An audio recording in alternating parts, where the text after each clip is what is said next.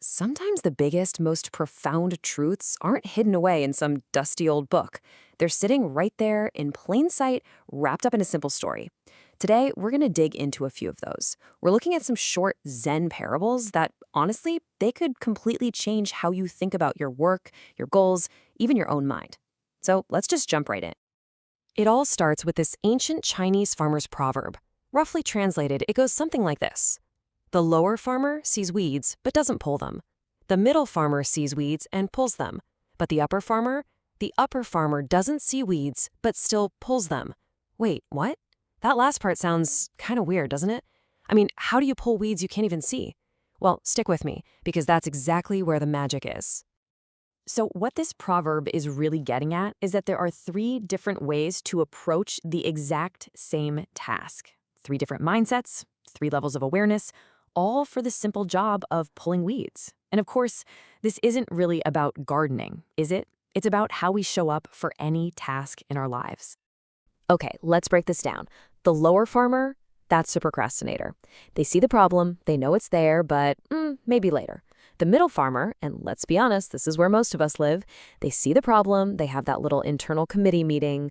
I gotta do this is annoying, okay, fine, let's get it over with, and then they finally act. But the upper farmer, they're on a whole other level. For them, the action is just seamless. There's no debate. It's time to weed, so the weeding just happens. Period. The original text describes this highest level as 只是除草, which just means just pulling weeds. That's it. There are no extra thoughts attached. No, I'm such a great gardener for doing this, or I really hate this chore. It's pure, direct action, totally free from all that extra mental baggage we tend to carry around. So, this idea of just doing something, it leads us right into a huge concept in Zen, non-attachment. But here's the twist. The pursuit of non-attachment can actually become its own kind of prison.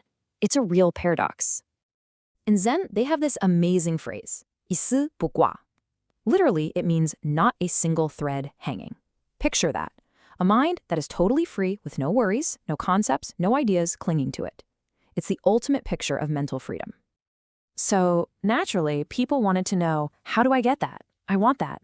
And a monk went up to the legendary Zen Master Zhaozhou and asked him exactly that. He said, what about achieving this state of not a single thread hanging? You can almost hear the ambition in his voice, right? And Zhaozhou's reply is just brilliant. He just looks at the monk and says, aren't you already hanging on to that? He's pointing out that the monk is already attached. He's clinging to the idea of not clinging. And boom, there's the paradox. The second you make being unattached your goal, you've just created a brand new attachment for yourself. It's like trying to grab water with a clenched fist. Striving for a state of not striving just ties your brain in a knot. You can't force your way into being free. So if you can't strive for it, what are you supposed to do? Well, this is where Zhaozhou's teaching gets incredibly down to earth. He shows us that this freedom isn't found in some grand spiritual quest, but right here, in the most boring, everyday parts of our lives. So somebody else comes up to the master, and they're probably expecting to hear about, meditation routines or chanting or studying ancient texts. They ask him a really simple question. What is real practice? What's the real work here? Zhaozhou's answer must have just floored them.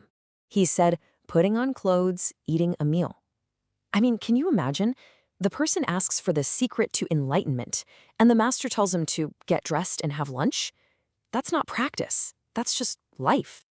And this just shows the massive difference in thinking. Most of us, we draw a line. We have our normal life over here and our spiritual practice, meditation, yoga, whatever, over there.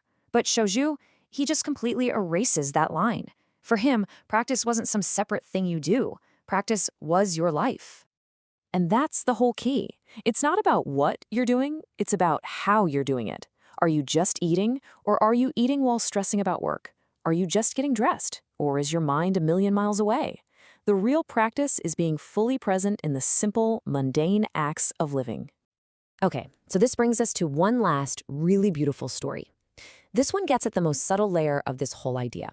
It's about how even the thought that you're getting it right can become its own little trap. So the story goes, a visitor shows up at Zhaozhou's monastery one morning.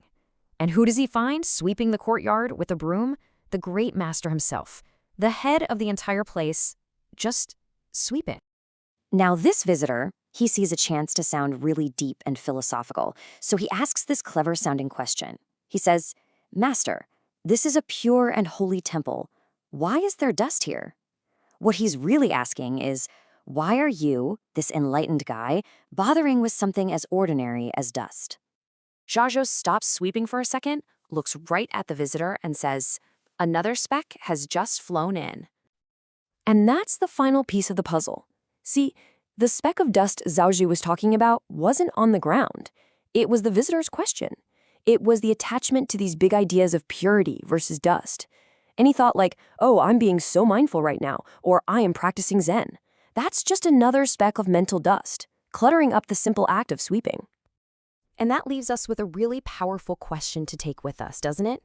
Think about your day, whether you're writing an email, washing the dishes, or working on a big project. The task itself is simple. The real question is, what extra dust, what worries, what judgments, what pats on the back are you adding to it? What would it feel like to just pull the weeds,